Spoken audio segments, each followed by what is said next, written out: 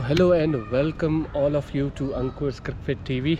तो आ गया हूँ मैं वापस, जैसा कि आपने मेरे इंस्टाग्राम स्टोरी पे देखा ही होगा और बहुत सारे लोगों को चाहिए था कि मैं जल्द से जल्द वीडियो बनाऊँ एलएलसी पे कि कैसा रहा, कैसा मैनेज किया उन्होंने। तो देखो ये वीडियो थोड़ा लंबा होने वाला है और इस वीडियो में मैं कोई भी सिनेमैटिक शॉट्स में जो वहाँ ट्रैवल किया, होटल में रुका, वो सब नहीं डालने वाला हूँ। हम मेन बातों पे ही फोकस करेंगे क्योंकि अदरवाइज़ ये वीडियो बहुत ज़्यादा ही लंबा होने वाला था। वीडियो शुरू करने से पहले भाई बहुत सारे लोग हैं जो मेरे वीडियोस देखते हैं मगर उन्होंने सब्सक्राइब नहीं कर रखा है, तो आप सब लोगों से रिक्वेस्ट है कि मुझे सब्सक्राइब करें यूट्यूब पे और मेरे इंस्टाग्राम पे भी मुझे फॉलो करें। इंस्टाग्राम का लिंक ऊपर दिख रहा होगा कहीं पे। मेक श्योर आप मेरे इंस्टा को फॉलो करो, क्योंकि आप इंस्टा पे फॉलो करोगे तो आपको प्रॉपर अपडेट्स मिलेंगे जो इंस्टा पे भी मैं शेयर करता हूँ, मैं यूट्यूब पर भी शेयर करता हूँ। तो पहले जितने भी अपडेट्स होते हैं वो इंस्टा पे जाते हैं मेरे, उसके बाद यूट्यूब पे डिटेल्ड वीडियो बनाता हूँ मैं अपने अपडेट्स देने के लिए। ठीक है, तो आज अच्छे से ली जाएगी क्योंकि मैंने ये एक्सपेक्ट नहीं किया था जो हुआ वहाँ पे। बहुत सारी चीज़ें हैं जो अच्छे से मैनेज नहीं हुई, उस पे वीडियो बनाई जाएगी, अच्छे से उसको आपके सामने रखा जाएगा। एंड आप लोग कमेंट सेक्शन में बताओ कि आपके लोकेशन पे कैसे चीज़ें मैनेज हुई हैं। ठीक है, तो मैं ये वीडियो ना लखनऊ के पर्सपेक्टिव से बनाऊंगा कि लखनऊ में कैसे चीज़ें मैनेज की गई थी और क्या एक्सपेक्टेशन होती है जनरली लोगों की और क्या हुआ वहाँ पे। तो आप लोग वीडियो में बने रहें और जिन आपकी सिटी में जहाँ आपने जाके ट्रायल दिया है, आप कमेंट में डालो कि आपके साथ क्या हुआ है, मतलब क्या एक्सपेक्टेशन थी आपकी और कैसा हुआ है, क्या क्राइटेरिया सेट था वगैरह बाकी सब चीज़ें। तो अभी मैं ना एक काम करूँगा, एक लिस्ट डिस्प्ले करूँगा कि आज के वीडियो में मैं किन किन चीज़ों पे बातें करूँगा। ठीक है, पहला नंबर, तो पहली बात जो होगी वो होगी रजिस्ट्रेशन एंड स्पॉट रजिस्ट्रेशन पे। ठीक है, फिर मैं बात करूँगा मैनेजमेंट पे। इस मैनेजमेंट पे कि जो लोकेशन है, हर एक लोकेशन पे कैसे मैनेज किया उन्होंने, मैं लखनऊ के पर्सपेक्टिव से बताऊंगा। ठीक है, तो यहाँ पे आप जो मैनेजमेंट पे जितना भी मेरा फीडबैक देखोगे वो लखनऊ में जो हुआ उसके पर्सपेक्टिव से होगा। ठीक है, फिर ट्रायल 1 में क्या हुआ, ट्रायल 1 का क्राइटेरिया, ट्रायल 1 में हमको कौन सी बॉल मिली खेलने के लिए, उस बॉल का वेट क्या था और उस ट्रायल 1 में जो रिजल्ट्स थे उसका क्राइटेरिया क्या था। ठीक है, एंड देन फिर हम बात करेंगे आपके ट्रायल 2 को लेके कि ट्रायल 2 में क्या क्राइटेरिया था, उसमें कौन सा बॉल वेट मिला, वो किस टाइम पे हुआ, किन कंडीशंस में ट्रायल 2 हुआ, उन सब पे हम बात करेंगे। ठीक है, तो चलो पहले शुरू करते हैं रजिस्ट्रेशन एंड स्पॉट रजिस्ट्रेशन पे। एलएलसी ट्रायल्स में इतना थका दिया ना, कसम से थकाया, मतलब आज नहीं कल, क्योंकि आई गेस मैंने ISPL भी दिया, मैंने 50 ओवर के भी मैच खेले, मैंने 1 डे मैच भी खेला, मगर जितना मैं LLC ट्रायल्स में थका हूँ ना उतनी थकान मुझे कहीं नहीं हुई। और थकान हुई कहाँ, वहाँ ट्रायल्स देते हुए थकान नहीं हुई, थकान वहाँ पे बैठ के और खड़े हो के हुई है।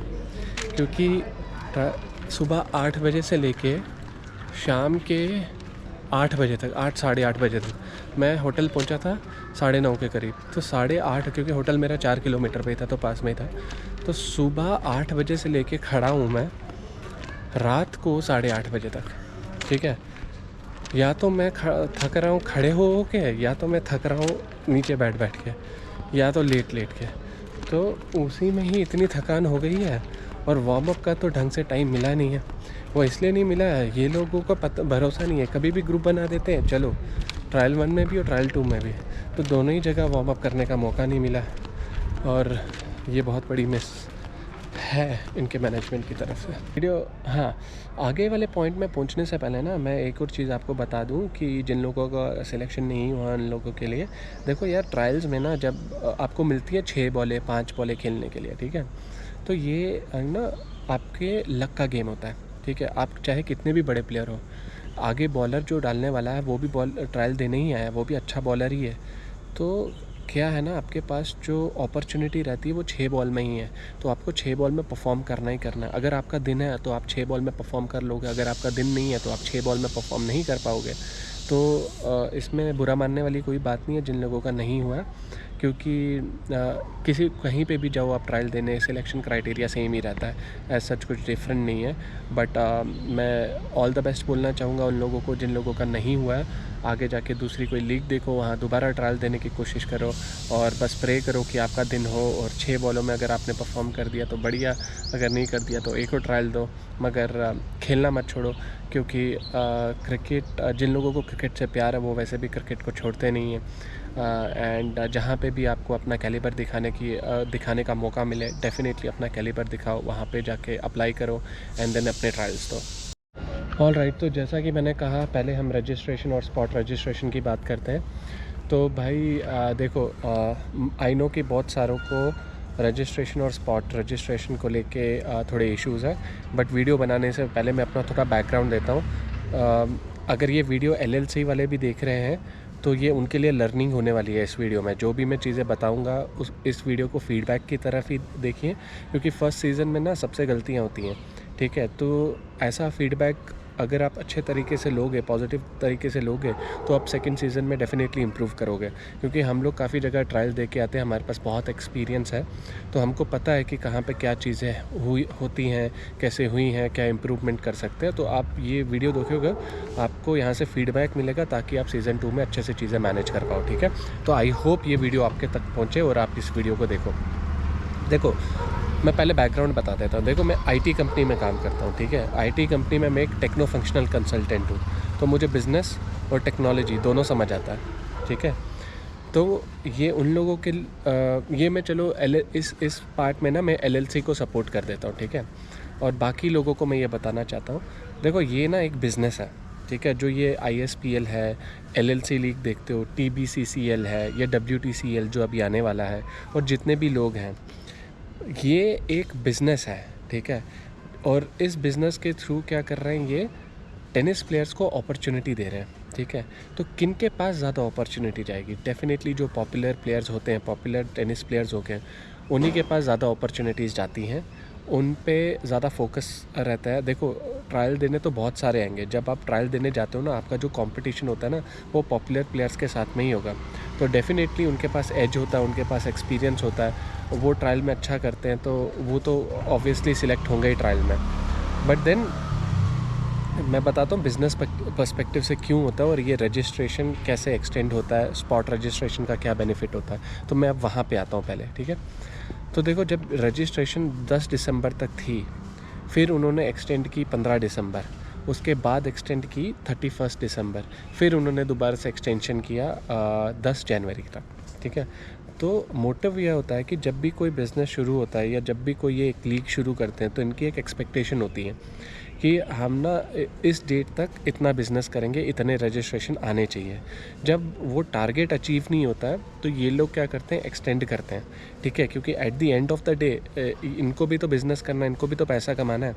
ऐसे फ्री में तो कोई पैसा बांटेगा नहीं, ऐसा फ्री में कोई किसी के लिए प्लेटफॉर्म रेडी करके नहीं देता। तो सबको बिज़नेस करना होता है, तो ये बिज़नेस के पर्सपेक्टिव से सोचते हैं कि हमारे इतने रजिस्ट्रेशन आए, इतना पैसा होगा तो इतना कलेक्ट होगा। 10 तक अगर वो पूरा नहीं होता है तो वो 15 तक एक्सटेंड करते हैं, 15 तक नहीं होता तो फिर थोड़ा और एक्सटेंड करते हैं, थोड़ा मार्केटिंग और करते हैं, ज़्यादा लोगों तक ये प्लेटफॉर्म को रीच करवाते हैं ताकि ज़्यादा से ज़्यादा रजिस्ट्रेशन आए और उसी हिसाब से इनका बिज़नेस बने, ठीक है। वैसे ही बहुत सारे लोग निराश थे कि 10 से 15, 15 से 31 और 31 से जो 10 जनवरी हुआ, अगर तुमको स्पॉट रजिस्ट्रेशन ही रखना था फिर रजिस्ट्रेशन क्यों रखा। तो ये सारा बिज़नेस माइंड गेम है। क्या होता है, बहुत सारे लोग अगर रजिस्टर नहीं कर रहे हैं और वर्ड ऑफ माउथ जो होता है कि बहुत सारों के मुंह से ना आप बातें पास ऑन कर देते हो कि या दूसरे के मुंह से लोग सुनते हैं कि ये रजिस्ट्रेशन होता है, तो बहुत सारे लोग टाइम पे रजिस्टर नहीं करते हैं, तो फिर वो स्पॉट रजिस्ट्रेशन पे रजिस्टर करके लीग में ट्रायल्स के लिए एंट्री ले लेते हैं। And at the end of the day क्या होता है इससे कि जो रजिस्ट्रेशन से भी पैसा आता है वो भी लीग वालों के पास जाता है, तो स्पॉट रजिस्ट्रेशन से भी पैसा आता है वो भी लीग के पास जाता है। तो ऐसे ये लोग पैसा बनाते हैं लीग में, ठीक है। एंड इसमें कुछ गलत नहीं है, जो वो ये कर रहे हैं वो हर एक बंदा करता है, हर एक बिजनेसमैन करता है, हर एक लीग चलाने वाला करेगा। तो इस प्रोसेस में कभी कोई चेंज नहीं आएगा, ठीक है। तो ये जो रजिस्ट्रेशन है और जो ऑन स्पॉट रजिस्ट्रेशन का प्रोसेस है, ये ऐसे का ऐसा ही रहेगा, ये कभी चेंज नहीं होने वाला है, ठीक है। अब और इसमें मैं पूरा सपोर्ट करता हूँ एलएलसी को कि आई नो ऐसे ही धंधा चलता है और ऐसे ही मार्केटिंग होती है और बैक एंड में जो स्ट्रैटेजीज़ बनानी होती हैं वो वैसे ही काम करती हैं। ठीक है, अब आते हैं मैनेजमेंट। पहले मैनेजमेंट पे से आने से पहले मैं सपोर्ट की बात करता हूँ। देखो इस पूरे लीग में क्या हुआ है कि इस पूरे लीग में ना इन्फॉर्मेशन में काफ़ी गैप हुआ है और time to time information pass on नहीं की है। इन्फॉर्मेशन से मेरा मतलब है कि जो रजिस्ट्रेशन था, मैं मानता हूँ कि बिज़नेस करना होता है और कभी कभी रजिस्ट्रेशन एक्सटेंड हो जाती है, बट आप इतना एक्सटेंशन नहीं करते हो कि 10 से 15, 15 से 31, 31 से 10 जनवरी, तो 4 बार एक्सटेंशन रजिस्ट्रेशन में मैंने किसी भी लीग में नहीं देखा। दैट मीन्स आप लोग रजिस्ट्रेशन के मामले में अपना टारगेट अचीव करने में बहुत पीछे रह गए थे। ठीक है, और ऐसा नहीं होना चाहिए। ज़्यादा से ज़्यादा आप 2 बार या मैक्स टू मैक्स 3 बार एक्सटेंड कर सकते हो, इससे ज़्यादा बार एक्सटेंशन नहीं होना चाहिए, क्योंकि ऑन स्पॉट रजिस्ट्रेशन जब अवेलेबल रहता ही है, अगर फर्स्ट टाइम पे एक्सटेंशन पे नहीं हुआ, सेकंड टाइम पे नहीं हुआ, तो थर्ड टाइम ऑन स्पॉट से आप ले लो। ठीक है, तो ये सबसे बड़ी मिस्टेक है उनकी तरफ से। Second mistake, information time to time पहुंचा नहीं है। अगर आप मैं बताऊँ ना बॉल वेट को लेके, तो इन्होंने बोला था ग्रीन कलर की जो बॉल होगी वो आपको मिलेगी ट्रायल्स के टाइम पे, और जो बॉल का वेट होगा पहले 80 ग्राम बोला था, फिर 80 ग्राम से इन्होंने चेंज करके लास्ट में किया 120 ग्राम। ठीक है, तो वो अपडेट्स भी इनको प्रॉपरली देने नहीं आई टाइम टू टाइम, वो भी चेंज होती रही। ठीक है, तो यहाँ पे ना जो स्ट्रैटेजी है बोलो आप, या इन्फॉर्मेशन पास ऑन करने में, मैं इन्फॉर्मेशन पास ऑन करने में कोई गलती नहीं बोलूँगा, ये पीछे से रूल्स जो चेंज हो रहे हैं बार बार और वो टाइम टू टाइम अपडेट नहीं होते हैं, और उनके जो सपोर्ट टीम के जो लोग हैं, सपोर्ट टीम के लोगों को भी ये प्रॉपर इन्फॉर्मेशन नहीं पता है। तो यहाँ पे बहुत ही ज़्यादा बड़ा गैप है। मेरे पास ये 2 पॉइंट्स ही नहीं है, इसको छोड़ के आपको पता है कि बहुत सारे लोगों को पता भी नहीं था कि ट्रायल 1 और ट्रायल 2 एक ही दिन होने वाले हैं। ये कितना बड़ा गैप है। ठीक है, ये बहुत बड़ा गैप है। वहाँ पे जो भी हम लखनऊ में आए थे, आधे से ज़्यादा लोगों को पता ही नहीं था कि ट्रायल 1 और ट्रायल 2 एक ही दिन में है। इवन मुझे तक नहीं पता था। मेरे को 15 जनवरी से पहले इसलिए पता चला क्योंकि मैंने एक वीडियो डाली थी और वीडियो में किसी ने कमेंट किया था कि भैया दोनों ट्रायल एक ही दिन होंगे, तो जाके मैंने कॉल किया था और फिर एक वीडियो बना के मैंने आप लोगों को अपडेट किया था कि एक ही दिन दोनों ट्रायल होने वाले हैं। अदरवाइज़ मेरे को 14 जनवरी तक पता ही नहीं था कि एक ही दिन में दोनों ट्रायल होने वाले हैं। ठीक है, तो इतनी ये जो बड़ी मेन इन्फॉर्मेशन है, ये अनफॉर्चुनेट है कि टाइम टू टाइम अपडेट नहीं हो रही है। दूसरी चीज़, जब रजिस्ट्रेशन हो गया, रजिस्ट्रेशन होने के बाद आपने एक वीडियो डाला था क्रिकेट स्पिनर के साथ, जहाँ पे आपने मेंशन किया था कि जो टीम होगी उस टीम में जो 7 से 8 प्लेयर होंगे वो यूपी के होंगे और 3 आइकॉनिक प्लेयर होंगे, और जो 4 से 5 प्लेयर होंगे वो होंगे आउट ऑफ स्टेशन, जो यूपी से नहीं है, मतलब यूपी के बाहर के लोगों से। तो काफ़ी लेट हो गया था, जिसके थ्रू मतलब मैं एक बंदा अपने को काउंट करूँगा जिसके थ्रू मैंने बहुत पहले रजिस्टर कर दिया था। अगर मुझे ये इन्फॉर्मेशन पता होती तो मैं रजिस्टर बिल्कुल नहीं करता, क्योंकि चांसेस ना के बराबर है। ठीक है, जब आप बोलते हैं ना 4 to 5 ही हम आउट ऑफ स्टेशन लेंगे, तो इट मीन्स कि बहुत ही ज़्यादा लोग कटने वाले हैं आउट ऑफ स्टेशन के, और उनके पास ना ऑक्शन में पिक होने की अपॉर्चुनिटी बहुत ही लिमिटेड है। तो वहाँ से ना बहुत सारे रजिस्ट्रेशन कट होते हैं। तो आई गेस ये आपका प्लान था या स्ट्रैटेजी थी जो आपने बाद में रिवील की। अगर ये पहले रिवील की होती तो बहुत सारे लोग नहीं आते आउट ऑफ स्टेशन के। ठीक है, ये हो गई एक और चीज़। तो ऐसे बहुत सारे पॉइंट्स हैं, अभी मैं सब पॉइंट्स यहाँ पे एक्सप्लेन नहीं करूँगा, बट देन आपको भी पता है कि बहुत सारे पॉइंट्स और कौन से हैं। सपोर्ट को लेके मैं बोल रहा हूँ, क्योंकि सपोर्ट के लोगों को ये प्रॉपरली अपडेट करना चाहिए था, या तो कम्युनिकेशन भेजना चाहिए था। अगर आप ईमेल मीडियम यूज़ कर रहे हो या व्हाट्सएप मीडियम यूज़ कर रहे हो, प्रॉपरली अगर आप अपने ऑडियंस को अपडेट करते रहोगे तो उनके पास फुल ट्रैक रहता है। आपने काफ़ी गैप्स रखे थे अपने अपडेट्स देने में, ठीक है, यूज़र्स तक, जितने भी लोगों ने रजिस्टर किया, इसीलिए बहुत सारे लोग फ्रस्ट्रेटेड भी थे।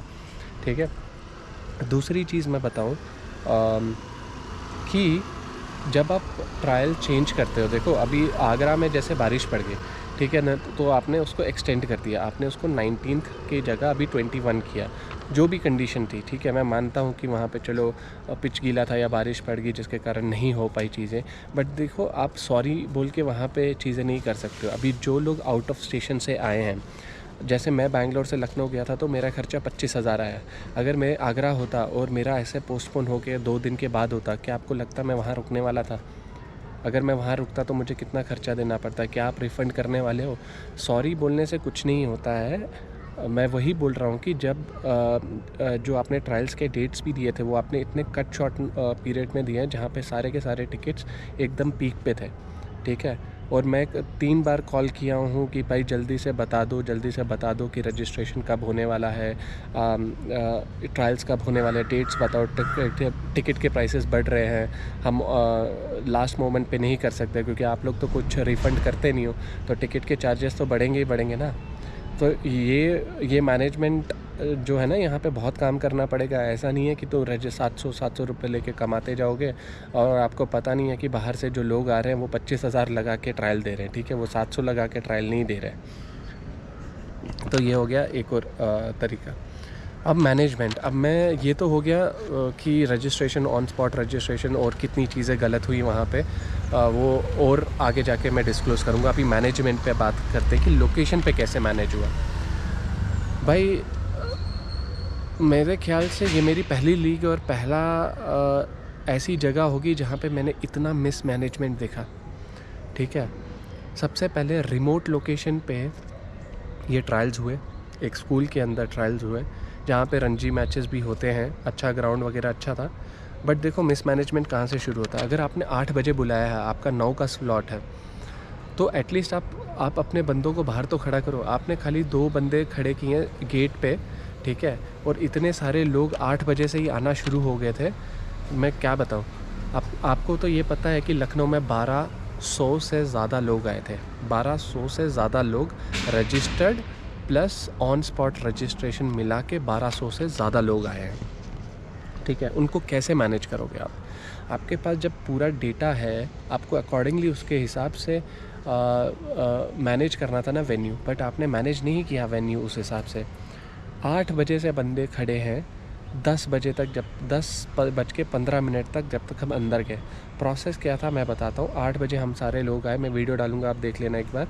इसमें ज़्यादा लोग आपको दिखेंगे नहीं, बट फिर भी काफ़ी लोग दिख जाएंगे क्योंकि मैं सुबह जल्दी आ गया था तो उस टाइम तक लोग आ ही रहे थे, ठीक है। तो 8 बजे सब लोग खड़े हैं। उसके बाद 9:10 या 15 पे अंदर से एक वॉलंटियर आते हैं, वो बोलते हैं कि भाई लाइन में लगो। लकीली मैं गेट के पास तब खड़ा था तो मैं दूसरे नंबर पे लाइन पे लगा था, अदरवाइज़ मुझे लाइन इतनी ज़्यादा लंबी थी, कहने की बात नहीं। मैं बोल रहा हूँ मेरी किस्मत थी जो मैं वो गेट के सामने सब खड़ा था, जैसे ही नाम लिया मैं सेकंड नंबर पे घुस गया। तो 8 बजे से लेके 9:15 तक हम लाइन में लगे थे, बाहर थे, फिर लाइन लगना शुरू हुई। तो जैसे कि मैंने बोला मैं लाइन में सेकंड नंबर पे था तो मेरी एंट्री जल्दी हो गई, ठीक है। अब देखो एंट्री होने के बाद क्या हो रहा है कि जैसे हम अंदर गए वहाँ पे कियोस्क होते हैं मल्टीपल, ऑलराउंडर का अलग होता है, बैटर का अलग होता है, फिर तुम्हारे बॉलर्स का अलग होता है, तो ऐसे मल्टीपल 3-4 लगाए थे और वॉलंटियर बिठा दिए थे जो आपका फॉर्म फिल करते हैं ट्रायल 1 के लिए। उस फॉर्म में आपकी इन्फॉर्मेशन ही होती है, वो भी देनी पड़ती है उनको वहाँ पर, ठीक है। तो उसमें खड़े होने के लिए हमको दोबारा से आधा घंटा से 40 मिनट्स तक खड़ा रखवाया गया। वो इसलिए रखवाया गया क्योंकि वहाँ पे जो इनकी टीम थी एलएलसी की, वो एक्सप्लेन कर रही थी अपने वॉलंटियर को रूल्स एंड रेगुलेशंस, जब बंदे आएंगे तो क्या करना है आपको, कैसे मैनेज करनी है। हम लोग वहाँ पीछे लाइन में खड़े हुए हैं और जो उनका एलएलसी टी का मेंबर था उनको पता भी नहीं कि हम एंटर कर गए, क्योंकि वो सामने से उनको वॉलंटियर्स को बता रहे थे। उन्होंने बाद में जाके रियलाइज़ किया कि हम लोग उनके पीछे ही खड़े, ठीक है। तो ऐसा मैनेजमेंट चल रहा था, ठीक है। और तो मैं बताता हूँ, हम 8 बजे से लेके सुबह के 10:30 बजे तक खड़े थे और लखनऊ में सर्दी, भाई भयंकर सर्दी पड़ रही थी, ठीक है। ना धूप निकली हुई थी उस टाइम पे, धुंध पड़ी हुई थी, धुंध हल्की हल्की धुंध उठ रही थी उस टाइम पे, सुबह 10:30 के करीब या 10:15 के करीब उठ रही थी। बट 10:30 बजे तक हम लोग लाइन में ही लगे हुए थे। फिर जाके ये लोग क्या किए, फॉर्म भरा हमारा, तो ग्रुप बना रहे थे 12-12 लोगों का। तो क्योंकि मेरा पहला ग्रुप ही पड़ा तो मैं 12 लोगों में हो गया, तो मेरा 11 बजे तक उसके बाद ट्रायल ख़त्म हो गया। तो इन्होंने वार्म अप करने का भी टाइम नहीं दिया। सबसे बड़ी बात भाई, जब इतनी ज़्यादा ठंड है, क्या आपको अपने प्लेयर्स को वार्म अप करने का मौका नहीं देना चाहिए? क्या आपको इतनी जल्दी पड़ी है कि ट्रायल ही ख़त्म करवाने हैं? जब आपको पता इतने ज़्यादा लोग आए हैं तो आपने एक ही दिन क्यों रखा दोनों ट्रायल्स? आप 2 दिन रख सकते थे, एक दिन फर्स्ट ट्रायल, दूसरे दिन सेकंड ट्रायल। इतने लोगों को कैसे एक दिन में मैनेज करोगे?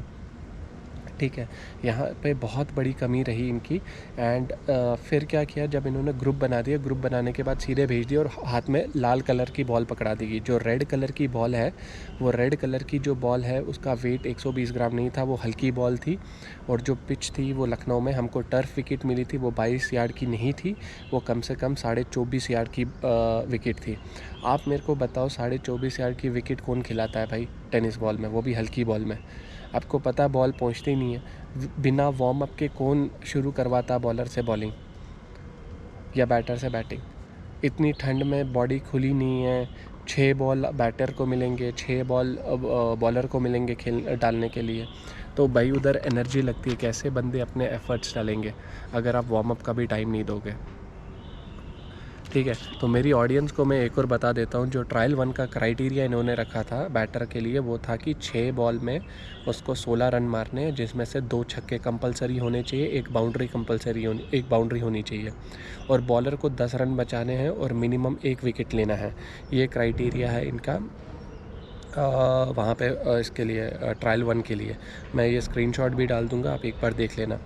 अब उसमें क्या होता है कि देखो, आप कैसे जज कर सकते हो? देखो, जब टारगेट बेस्ड मैचेस करवाते हो ना, वो ग्राउंड में होते हैं, ठीक है, जहाँ पे आपको अंदाज़ा लगता है कि ये मारा है तो ये छक्का ही गया है, ये मारा है तो ये बाउंड्री ही गया है। वहाँ पे क्या हो रहा था, बहुत सारे लोग ऐसे शॉट मार रहे थे जो हवा में जा रहे हैं और पीछे से आवाज़ें आ रही है छक्का चौका। ऐसे थोड़ी ना होता है भाई। बहुत सारे मुझे ऐसे शॉट लगे कि जो हवा में जा रहे हैं लोगों के, और उसमें भी दे रहे हैं ये नंबर। या विकेट कैसे पता लगेगा कि बॉलर ने लिया है कि नहीं? नेट में आप कैसे डिसाइड कर सकते हो कि किसी ने शॉट मारा है और वो छक्का ही गया है, किसी ने शॉट मारा है वो चौका ही गया है? तो इट इज़ वेरी डिफ़िकल्ट कि तुम जज करो। और उसमें क्या हुआ, ये क्राइटेरिया देने के बाद हमारा जब ट्रायल हो चुका था, उस ट्रायल में हम जब बैठ रहे थे तो उस टाइम पे एक और अनाउंसमेंट की जाई थी कि भाई जो आपका क्राइटेरिया है उसको छोड़ के हम ये भी देखेंगे कि बैटर का स्टांस कैसा है, बैटर कैसे बैट होल्ड कर रहा है, बैटर का हेड फॉल तो नहीं हो रहा है, बैटर का बॉडी वेट कहाँ पे जा रहा है, फ्रंट फुट पे जा रहा है। भाई ये सब चीज़ें मत बोलो। जितना आप ये सब चीज़ें बोलोगे उतना ही आप अपने आप को वहाँ पे डाउन कर रहे हो। ठीक है, ये सब चीज़ें मत बोलो। आई नो 1200 से ज़्यादा लोग थे, और रिज़ल्ट के टाइम जब मैं डिस्कस करूँगा तो मैं आपको क्राइटेरिया भी बताऊँगा। बट ये ऐसी चीज़ें आप बोल के ऑडियंस में और मतलब शोर शराबा करवा रहे हो, ऐसी चीज़ें नहीं बोलनी चाहिए। जो आपने क्राइटेरिया अगर एक बार रखा है उसी को रखो। माइक में अनाउंसमेंट ऐसे सेपरेटली मत करो।